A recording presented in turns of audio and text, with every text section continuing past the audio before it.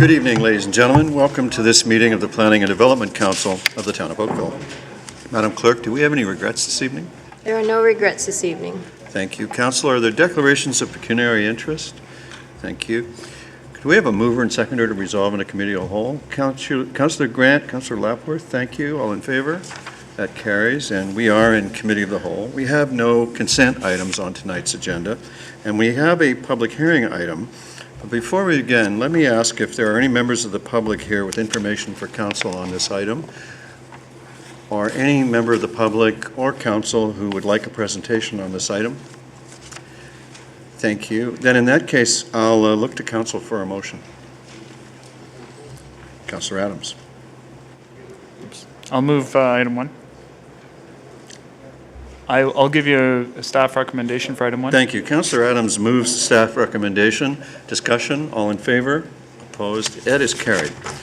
Now that brings us to tonight's discussion item, and it's a pleasure to welcome our friends from the region who are going to inform us on the progress of the Region of Halton's Transportation Master Plan that takes us out to 2031. And if I understand correctly, we're going to lead off by recognizing the Commissioner, Mitch Zamowicz. Is that correct? And you can hand off to Tim, and we'll just watch it hand off. No, it's working. Through you, Your Honor. No, Tim, our plan was to have Tim do the presentation and not add any extra discussion points in front of that. You didn't want to stand out there and say what a great fellow he is? Well, Well, he I'll is a tell you great that fellow. Tim Dennis is a great fellow, and we look forward to Tim's information on the Transportation Master Plan. Thanks, Caught me Mitch. off guard, but I'll just pass it over to Tim for now. Thank you. Thank you. Tim, welcome. Council looks forward to your presentation. Thank you very much. There we go.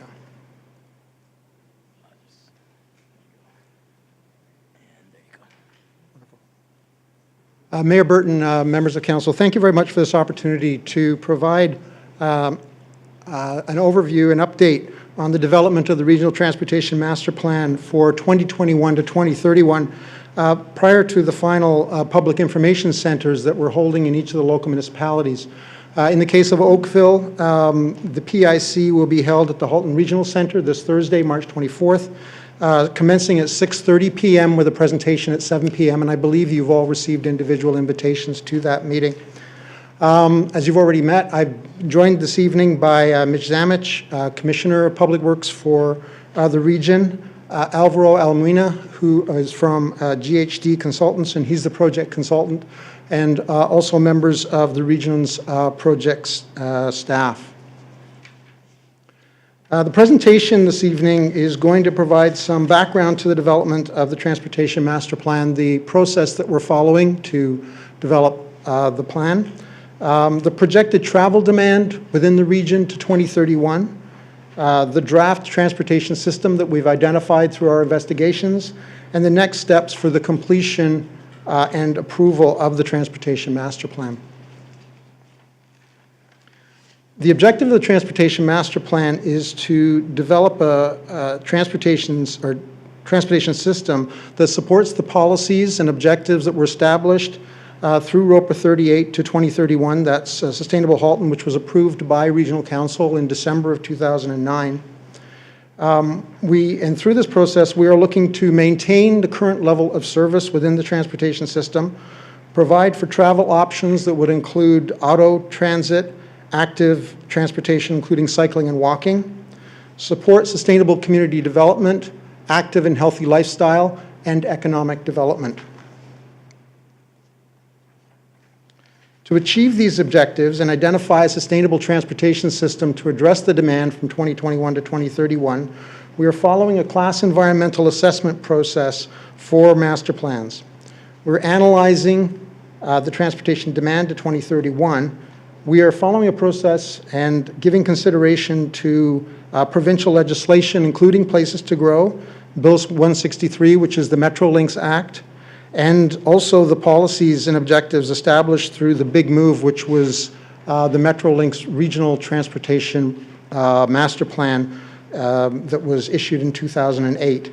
And then finally, we're looking to balance economic, social, and environmental goals. The study has been underway for just over a year. It commenced in November of 2009. And we are looking to complete the study with approval by Regional Council in June of this year. Consultation has been important to the development of the master plan. In March of 2010, we held PICs in the 4 local municipalities to introduce the process, the objectives, and the principles that we had established that would guide the development of the Transportation Master Plan. On June 5th of 2010, we held a public workshop with representatives from the public, local interest groups, and regional and local councils to obtain additional information to examine opportunities and issues that needed to be considered through the development of the plan. At the outset of the project, we also established a municipal advisory group with representatives of the planning works and transit groups within each of the local municipalities. And this group served effectively as the steering committee for the development of the Transportation Master Plan and provided important input to the development of the plan and ensured coordination with the local transportation master plans, which are going to be under development following the completion of the Regional Transportation Plan. We to date have held 8 meetings with this MAG group, the Municipal Advisory Group, as a group, and also had a number of individual meetings with staff from each of the local municipalities. Finally, we established a technical advisory committee, which had representatives from provincial ministries and technical agencies that were involved, that will be involved either in the approval of the Transportation Master Plan or at a stake in its findings. A number of key assumptions have guided the development of the plan. First is the assumption that the regional and local growth plans, as established in compliance with Places to Grow, will be implemented. For Halton Region, this means an expected 2031 population of 780,000 with 390,000 jobs. For Oakville, that's an estimated population of 255,000 and 127,000 jobs. We've also assumed that the transportation improvements reflected in the current regional 10-year capital program to 2021 will be in place, that the Metrolinx improvements to infrastructure and service identified in the Big Move will be in place, and that the Ministry of Transportation improvements and the improvements identified through the Halton-Peel Boundary Area Transportation Study will also be in place. You have, I think, in front of you an enlarged copy of this map, which identifies the 2011 to 2021 capital program. And it's important when we look at the recommendations that we are making in the master plan to 2031 to understand the improvements that are already within the region's 10-year capital program. Focusing specifically on Oakville, there are within the current program improvements which include the construction of the new North Oakville Transportation Corridor between Regional Road 25 to 9th Line, widening of Dundas Street, Trafalgar Road, excuse me, Nayagawa, north of Dundas, 9th Line, Upper Middle Road, and Winston Churchill Boulevard with the region of Peel. In total, the improvements that are within the region's 10-year capital budget amount to in excess of $400 million. And this is all prior to the 2021 to 2031 capital program, Transportation Master Plan that we're presenting today.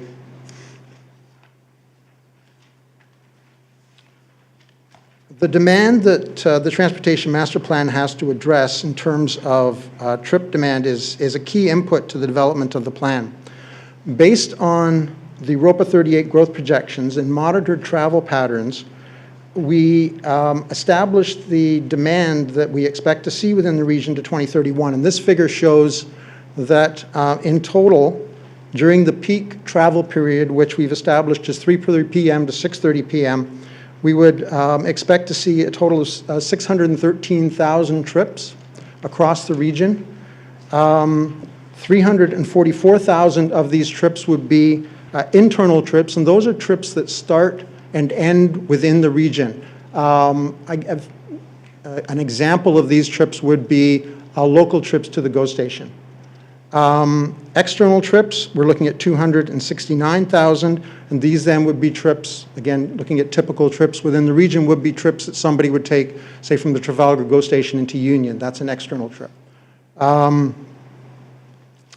In the case, just for reference, in the case of Oakville with those total numbers, we would be looking at approximately a total of 213,800 trips within Oakville at 2031, out of the 613,000 total.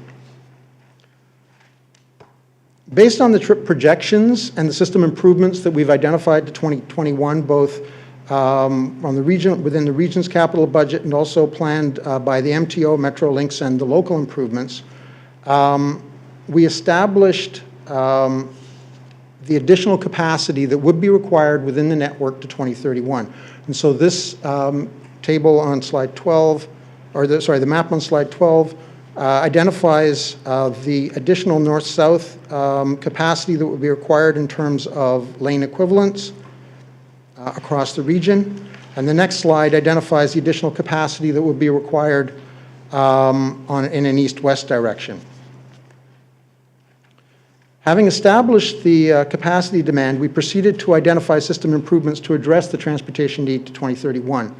The modeling that we undertook, again, is assuming that we want to achieve or maintain the current levels of service, which is a volume to capacity ratio of 0.9. Our modeling includes only the major collectors and arterial roads. So it doesn't only include current regional roads, but it does not include the local roads that are in the responsibility of the local municipalities. So it only includes major collectors and arterials. Another key input in the modeling was the assumption that we would only widen the roads to a maximum of 6 lanes. This assumption was based on the impact to property, urban form, functionality, and safety that really the widening to in excess of 6 lanes can have. As we've noted on the slide, if we widen to more than 6 lanes, we can, at intersections, be looking at cross-sections that are up to 12 to 14 lanes, which in no way promotes the built form that we're trying to, that the council identified through Sustainable Halton. Just for reference, 6 lanes, a 6-lane cross-section is typically between 47 and 50 meters wide. We need to be conscious of the opportunities for pedestrians to cross intersections in a reasonable time, and again, widening to beyond 6 lanes can be a challenge. Just for your information, the 2 pictures there on the right-hand side of the slide, the slide at the bottom right is Hurontario and Steeles in Mississauga, and that is a 6-lane intersection.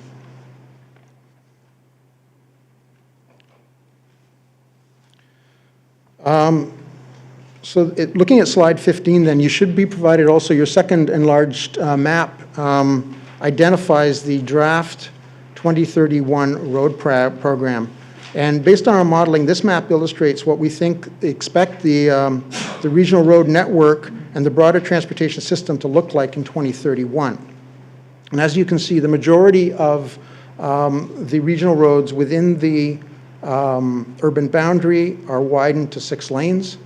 We have proposed new regional links at what we're calling preliminary 5.5 line. This is a kind of a holder title, which would include in Milton, which would include an interchange with the 401 and a 6-lane link between Steeles Avenue and Britannia.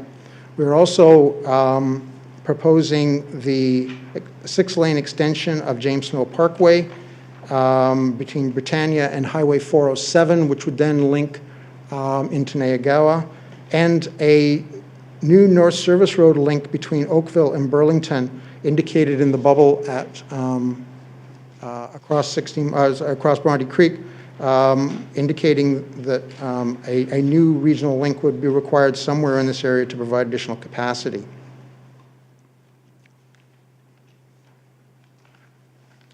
Focusing specifically on the town of Oakville, again, you can see that the majority of the roads within the regional roads within the town would be widened to 6 lanes. We have also identified through our modeling for consideration by the town through its transportation master plan the potential for widening of Wycroft and Spears to 6 lanes. I would note that all of the improvements that are identified through the transportation master plan are based on model demand, but that the specific improvements would be subject to detailed review through further class environmental assessment studies for each individual project. In total, the improvements that we have identified for the 2021 to 2031 timeframe across the region amount to approximately $1 to $1.4 billion. Those costs are still under review. The cost includes the infrastructure to support higher order transit on regional roads and the reconstruction of active transportation infrastructure where it exists today. That's sidewalks and multi-use pathways outside of the right-of-way, or outside of the paved roadway. It does not include off-road infrastructure, which is currently the responsibility of, off-road active transportation infrastructure, which is currently the responsibility of the local municipalities. And I'll be talking more about that in a minute. Our analysis shows that to maintain the current level of service to 2031, we need to implement the road improvements that we've just identified, but we also need to pursue active transportation, travel demand management, and enhanced municipal and GO transit services. Staff intends to recommend to Regional Council that we complete a region-wide active transportation master plan with the local municipalities, and that we also review opportunities for alternate cost sharing related to active transportation infrastructure on regional rights-of-way. As I just indicated, the local municipalities are currently responsible for off-road active transportation infrastructure within regional rights-of-way today, and we believe that it's appropriate for this to be reviewed. With respect to travel demand management, we're looking to promote travel demand management measures with the local municipalities, Metrolinks, local employers, and other government agencies. We're also looking to develop and promote a strategy for private sector involvement in smart commute. And this initiative is already underway. However, we feel that it's important that those efforts be enhanced, and that accordingly there will be a recommendation to enhance those efforts through the Transportation Master Plan. With respect to transit service, our modeling has indicated that to maintain current levels of service in 2031, 15 to 20% of the peak period trips will be accommodated by municipal and interregional GO transit service, in addition to the road improvements. This breaks down to about 29% of the external peak period trips would be provided by transit, and this is, as I indicated, typically Metrolinks and GO, and approximately 11% of the internal peak period trips would be provided by local transit service. The concepts for the provision of transit across the region were developed through a series of meetings with the municipal advisory group and individual meetings with the local municipal staff. These concepts were provided input to ensure that the proposed regional road network can accommodate future transit necessary to meet the objectives identified. In addition, the development of the Transportation Master Plan considered best practices and innovations with regard to active transportation, travel demand management, right-of-way guidelines, goods movement, air quality, and level of service. And best practice summaries with respect to best practice summary documents will be appended to the Transportation Master Plan. However, the specific application of these practices will be considered in future studies that will be undertaken as part of the development of the regional road network improvements. So in summary, the recommendations that we intend to make to Regional Council with respect to the Transportation Master Plan will be the adoption of the 2031 Regional Road Network, which will include confirmation of the current 2021 program, the completion of a region-wide active transportation master plan, review of opportunities for alternate cost sharing related to active transportation infrastructure on regional rights-of-way, promotion of transportation demand management measures within the local municipalities, Metrolinx, private employers, and other government agencies, foster a joint working relationship with Metrolinx, the Greater Toronto and Hamilton area municipalities regarding goods movement, and finally, that the Transportation Master Plan be updated in 5 years. The region and the way we travel are changing very rapidly, and it's important that we review the travel demand regularly to ensure that we continue to meet this demand through the planned improvements that we've identified. In terms of next steps, as I indicated at the start of the presentation, there is a public information center that's going to be held this Thursday at the Regional Center. Following that, we will take the information that we've received through the public input through the 4 public information centers and finalize the Transportation Master Plan with an objective to presenting that information to Council for approval in the spring of this year. And then finally, that information will be input into the development of the development charges bylaw commencing in the spring of this year. So thank you very much. Thank you very much. Councillor Adams has a question for you, and there may be a few more. First question for you. On page 21 of your presentation, you talk about the revision to the number of trips that would be required to be taken by transit services, either by GO Transit or local transit providers. And the numbers that are being used in the model are substantially higher than they are currently.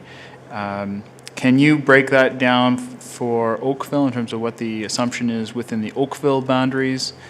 Within, through you, Mr. Mayor, within the Oakville boundaries, the modeling estimates that the external transit modal split, or the percentage of trips during the peak period that would be carried by transit for external trips, is approximately 39%. And that's largely based... Sorry, 30, did I hear 39? 39, yes. And the internal transit modal split, which would be then trips anticipated through within the region, is approximately 14% within Oakville. For context, the internal transit modal split would relate to approximately 40% of the trips which are being anticipated to be carried through GO Metrolink system. So trips to the GO station, so about 40% of the trips to the GO station would be handled through transit. How do those numbers compare to today's numbers? I do have those numbers, but I don't. I would have to check them if you'd like. Oh, somebody back there has them?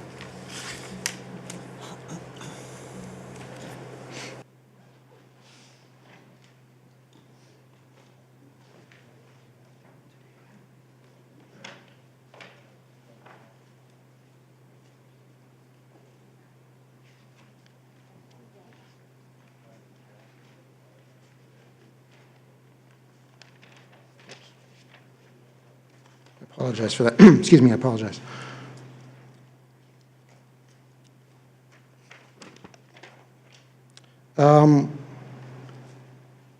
The current external transit modal split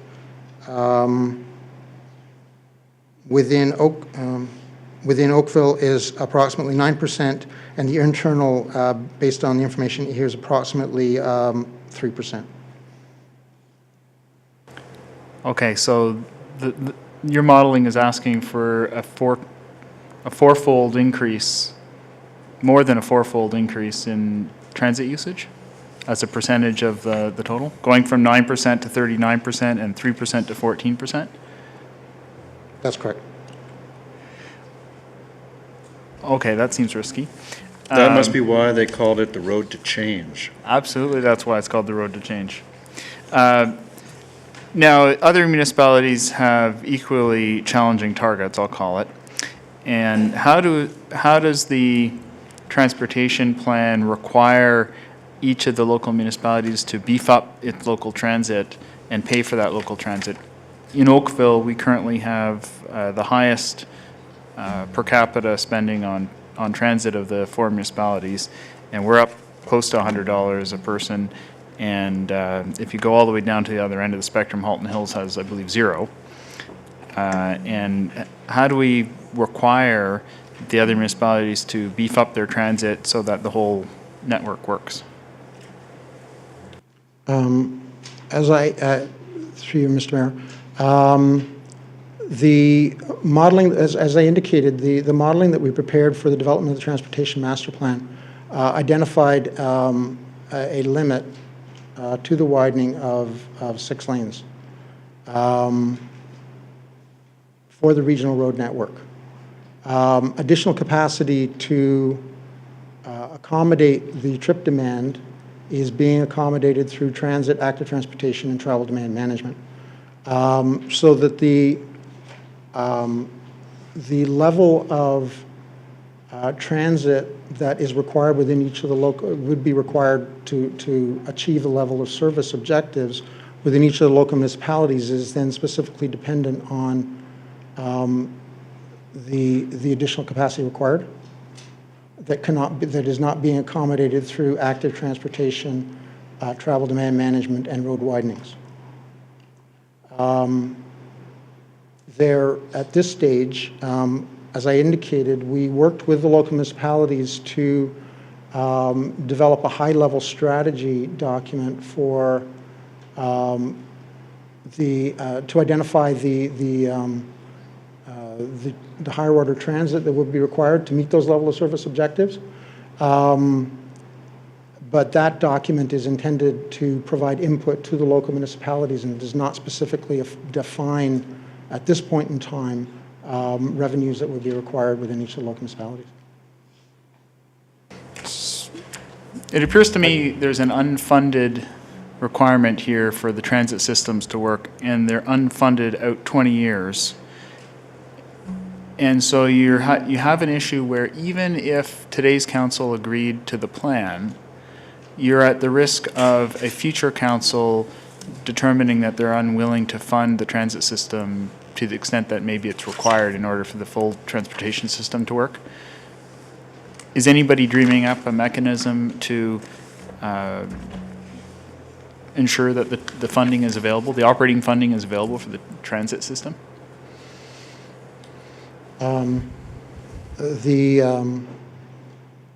The transit modal split objectives that have been established are consistent with the planning that was done through ROPA 38 and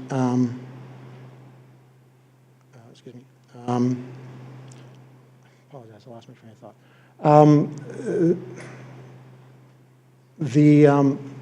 The road network that's identified through the regional transportation master plan will be considered on a 5-year basis. It's expected that the local municipalities will review opportunities for sustainable transit, provision of sustainable transit, and consistent with the planning objectives.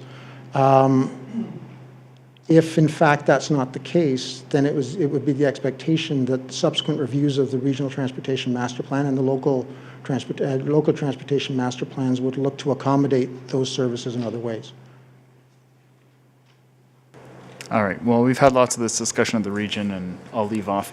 One other question, which is more specific to the plan. In the Upper Middle Road cross-section, Yes. you were saying earlier, and we had a discussion earlier about Upper Middle Road, and I just wanted to confirm that while you might be showing 6 lanes in various locations, including Upper Middle Road, it's not to say that that's necessarily the end result. As you go through the EA, you may find that all that's required are intersection improvements, for example, as opposed to road widenings throughout. That's correct, Councillor. Okay, thank you. Thank you, Councillor. Councillor Elgar. Thank you. Thank you very much for the presentation. In the last term of council, towards the end of the last term, a report regarding the Burnhamthorpe Road was brought to us, and council at that time did not endorse the report. They received the report only.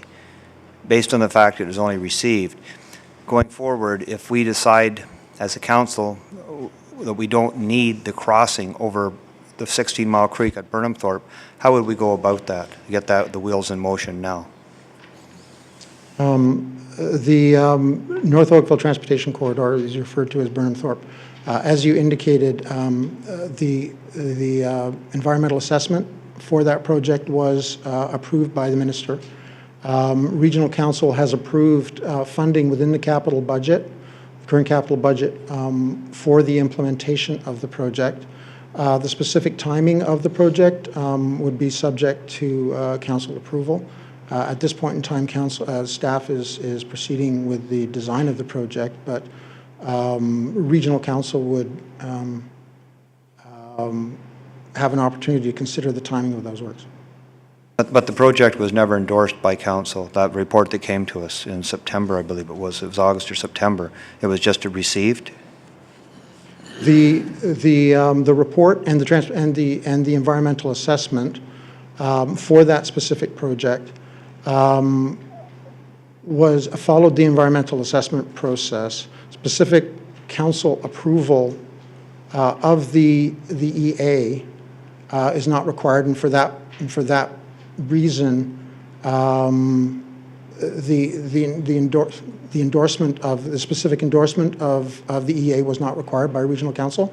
However, clearly the implementation of the project and the funding to proceed with the project are subject to Regional Council approval. Councillor, because we don't want to argue with our guest, the information being presented to us tonight is with respect to the Transportation Master Plan for 2021 to 2031, Council's opportunity to grapple with the Burnhamthorpe Road crossing comes before 2017. It's the material before us tonight is after any decision about the Burnhamthorpe Road crossing, and the Commissioner has some additional information that he'd like to bring to Council's attention. Sorry, it was just, I was working, it was very good of staff to say that in fact they review everything every 5 years, and 5 years plus 2011 doesn't take me to 2017 when actually the crossing would be built, so I thought it was very much in order. Yeah, right. So the point is that all of this will be grappled with before the matters being reported on tonight come to pass. This is the 10-year plan from 2021 to 2031. Commissioner? Yes, Your Worship. Not to complicate matters, but essentially what we're getting at here is that the EA itself is approved by Council in Halton and funded, because they funded the original EA. So the document's been approved. So that's where we're at now. What Tim was trying to get at is from now on, the construction projects are in fact in the forecast. So the Halton Regional Council has decisions to make regarding the timing of those projects. So what's been filed has been approved, but the construction aspect is in our budgeting forecasting beyond 2011. Okay, I appreciate that. So decision Thanks. is Yeah, Halton. I hear that. I'd just like to roll back to what Councillor Adams was talking about. It's regarding the modal split and what ours is as opposed to what Milton has, and how we see that going. And like, councillors can make a decision to do things, but they don't realize the impact they're having on the taxpayers. Will that be coming forward to the shortly, so we can see if in fact we're going to do this? Here's the impact there will be in Milton, in Burlington, and Oakville, with those numbers. Like I heard you threw out a number of 1.4 billion, which you know, if you really think about it, that's quite a bit of money, and that's just to build the infrastructure, not the transit. And like it's a 1-2 punch here. I would be very interested in what the cost would be to the taxpayer to fund the transit, because you well know that we do transit and funding by looking in the rear view mirror, whatever we had 5 years ago, or 10 years, and we're not even close. So like, this is all coming out of the current taxpayers' dollars, not tomorrow's taxpayers. How can we do that so that we make people aware, so that if we've had enough, we can say we just can't grow, because we cannot afford this to continue? I think you made a number of comments through you, Mr. Mayor. It's our expectation that based on the improvements to the regional road network that are identified through the region's transportation master plan, that the local municipalities will investigate the transit services that would be required to achieve the level of service anticipated through the plan.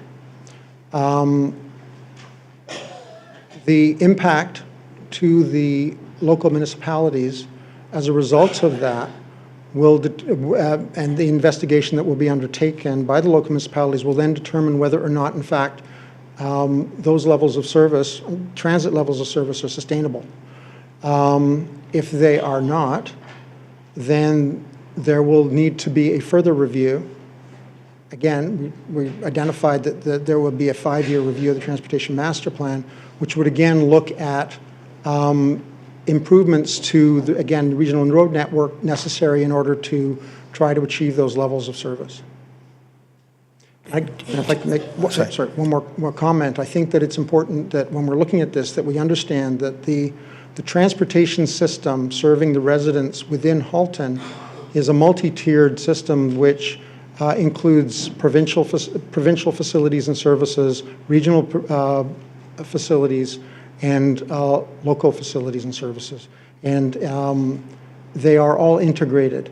And so any development of any master plan that addresses transportation has to consider all those elements. I appreciate what you're saying, and I liked it when you said they have to be integrated.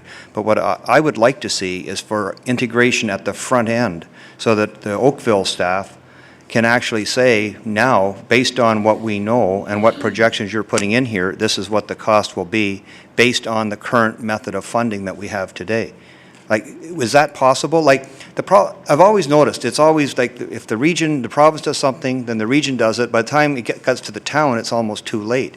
Can we get it so that the town and the municipalities work with the region at the front end, so when they go to a public meeting, the real deal is out there, the true costs? As I indicated, we have worked with local staff across the region to identify what we believe are reasonable scenarios for the provision of higher order transit across the region. It's our expectation that that information will then be utilized by the local municipalities to identify and to determine whether or not that is sustainable within each of their specific cases. And so it was my expectation that information would come back from a region's perspective at this point in time. By widening the road network to a maximum of 6 lanes, there is, based on our current modeling, limited opportunity within the current regional road network to provide additional capacity. There is opportunity, as Council will be aware, to undertake further road rationalization, so that if the nature of the roads changes based on anticipated usage, then it could be that the regional road network would be altered over time. And again, this is something which is reviewed periodically with the local municipalities and council. So there is opportunity to provide additional capacity in different ways if, in fact, transit isn't sustainable. I believe. Just a moment, please, Commissioner. Town Manager Green has something to contribute as well. So, Mr. Green? Thank you, Your Worship. And certainly, Councillor Adams and Elgar have hit the nub of the issue with respect to the whole issue of transit. I mean, if you look at the region's plan, which generally is a roads-driven plan, and they've modeled using transit assumptions, and they've actually come up with, I believe, what might be considered interregional, intra-regional, and municipal routes as part of their planning.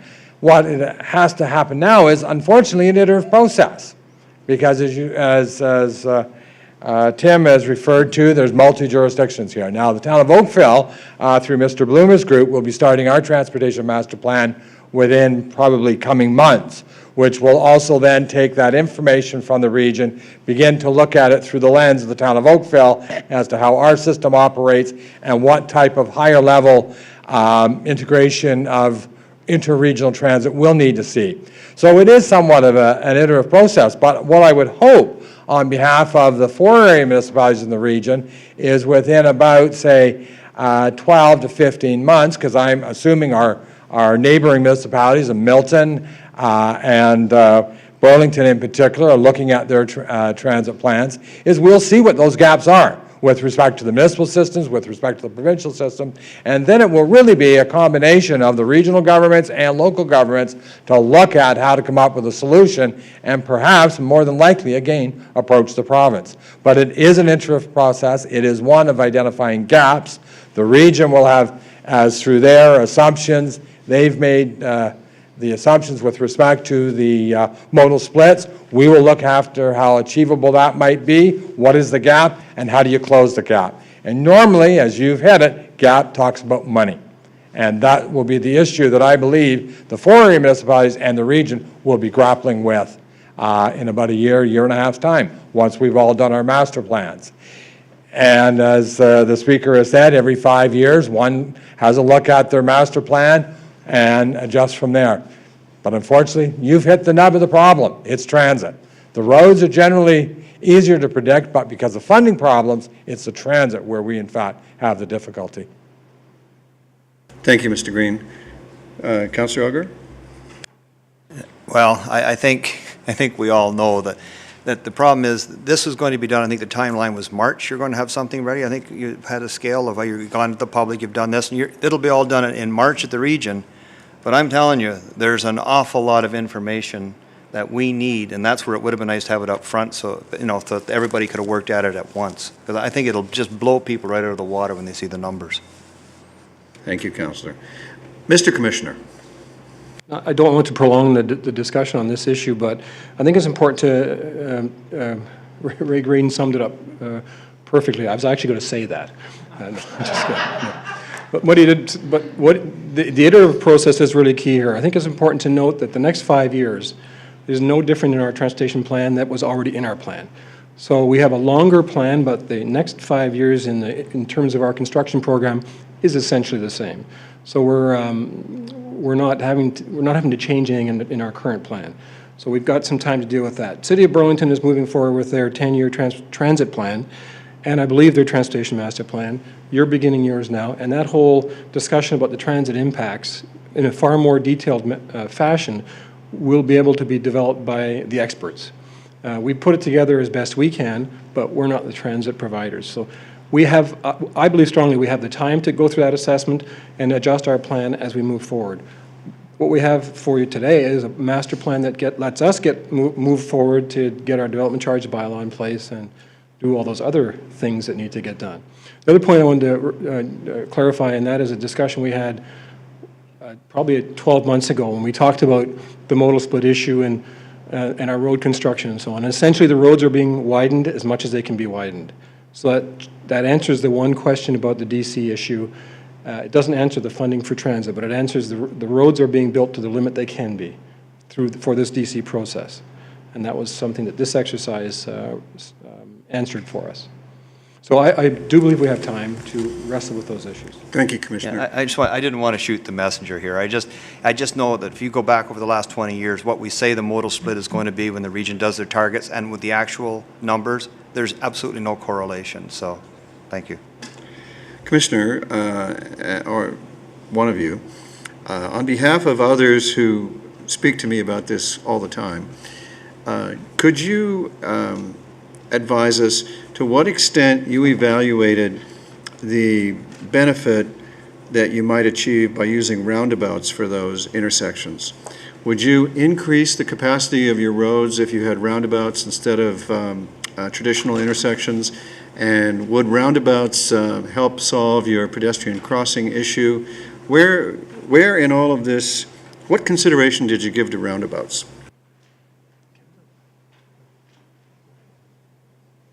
I may ask Alvaro to correct me. I can make one comment that the region is adopting a practice that through the environmental assessments that we're undertaking for our road widenings that we are considering the opportunity to implement roundabouts. in each location. There are clearly benefits to the implementation of roundabouts. In terms of the high-level modeling that was undertaken, I don't believe that roundabouts was here. Okay. I'll let Alvaro, our consultant, make a comment about that specifically. Before we go to Alvaro, so I just want to make sure I understand you correctly. This is actually, I'm starting to understand that this is actually a very high-level plan whose main purpose is to drive the development charges study. And this isn't the plan for fine, detailed planning or fine, detailed specs on roads and intersections. Is that correct? That, Mr. Mayor, yeah, that's correct. That is a correct assessment. As I indicated, we've developed through the master plan background work a number of best practices that deal with right-of-way, road design, active transportation opportunities. However, they have not been they have not been specifically applied to the corridors that we've identified for improvement. That work, where specifically the nature of things like bike lanes, bike paths, roundabouts, would all be considered through the individual EA work the EA work that's done for the individual projects. Thank you very much. Councillor Grant has a question for you. Actually, thank you, through Mr. Mayor. Transit, I think we've covered exhaustively and got most of my questions. You did mention bike paths, and actually that was what my last question was going to be about. As a town, we're struggling with cyclist safety on our own roads. And as you look to expand all the different pathways through the town, are you considering enveloping any kind of cyclist safety or bike paths, or because that's part of the active transportation network, would that be dealt with at the municipal level?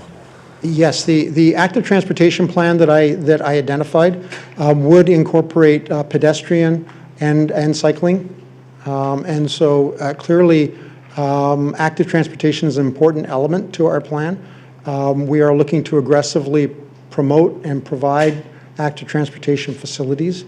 Again, safety is also a concern, and therefore the nature of active transportation facilities on regional roads, which are intended to carry high volumes and heavy truck traffic, has to be carefully considered.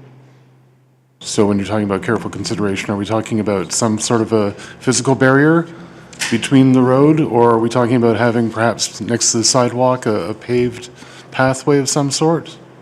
All of those options are possible. We would again look at the specific. I mean, clearly Trafalgar Road, within the area of Town Hall, is substantially different than Trafalgar Road, say north of the 407, and so we need to consider what's appropriate in those applications. Thank you. Thank you, Councillor. Councillor Bird. I have two quick questions. One is more of a technical nature, and I'm not familiar with this. For clarification, you used the term, I think, 0.9 service level. Yes. On the road network, and I was familiar with, I guess, the alphabetical terminology, A, B, and C, and I know you apply those service levels more basically to intersections. Yes. So how does 0.9 correspond to what number of A, B, C would I use at an intersection? I think a service level F is real bad. That's gridlock. So 0.9 is compared to what? What would that be? Level of service D. Level D. So that's getting close to congested. Okay, so now I understand. The second question is quite simple. What is, and we've talked ad infinitum on, I'll call it the next crossing or the proposed crossing somewhere between Highway 5 and 407.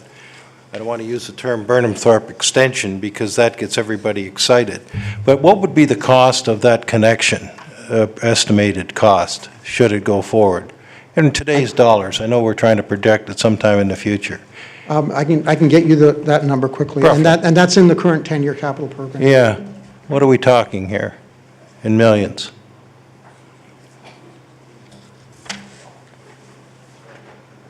We're just getting that. It's okay. Maybe you can get back to me on it, maybe, or others people may be interested. Because we continue to keep talk to go, no go, as though we have some sort of options here.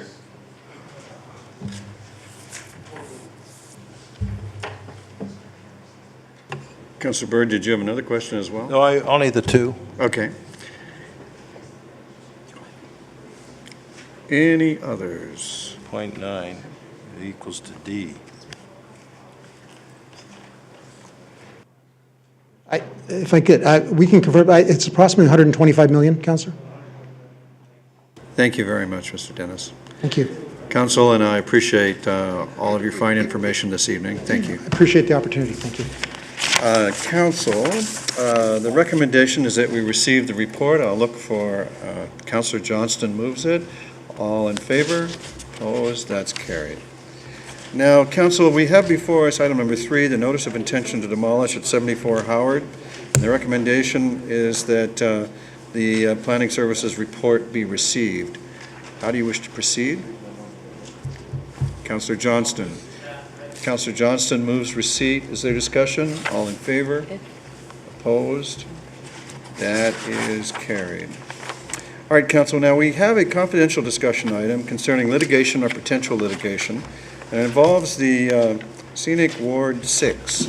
So before we go any further, let me ask Ward 6 if they have a motion for us or if they would like us to go into camera. What is your pleasure, gentlemen? Councillor Khan, Councillor Dudek? Excuse me, Your Worship, I wonder if we are going to be going into camera, could we maybe deal with the rest of the agenda items so staff don't have to stay for after we come out of camera? I'm just a little concerned that we have heritage staff and other people here for the rest of the agenda items. I'm fine with postponing the discussion in camera till after item 4, the advisory committee minutes. Councillor Dudek. I'll move them. Thank you. There are receipt and recommendations before you. Any discussion? All in favor? Opposed, if any? They are adopted. I think that brings us now to the point where heritage staff can leave. And Councillor Khan has moved that we go into camera for the purpose of receiving advice subject to solicitor-client privilege concerning litigation or potential litigation before the town. All in favor? Opposed? Madam Clerk, would you re-rig the hall for the in-camera session? Thank you. And Council. All right, we now resume our regular council meeting in public, having prepared in camera for the purpose of receiving advice subject to solicitor-client privilege concerning litigation or potential litigation involving the town. And the chair recognizes the member from Ward 6, Councillor Adams. I will move the staff recommendation noted in item C1. The matter is moved. All in favor? Opposed, if any? That is carried. Council, are there matters of new business of an emergency, congratulatory, or condolence nature? Thank you. Then we need a motion to rise. I'm sorry, we still need a motion to rise and report. Councillor Robinson, thank you. All in favor? That's carried. I rise and report the Committee of the Whole has met and has made recommendations on public hearing item 1, discussion items 2 and 3, confidential discussion item C1, and advisory minutes item 4 as noted by the clerk. I am looking for a mover and seconder of this report. Councillor Dudek, Councillor Johnston, all in favor? Opposed, if any? That report is adopted. I now need a mover and seconder for consideration and reading of bylaws. Councillor Elgar, Councillor Knoll, thank you. That the following bylaw be passed, 2011-36, the bylaw to confirm the proceedings of the meeting of council. All in favor? Opposed, if any? That carries. Thank you very much for your time and attention. That ends our agenda, and we are adjourned.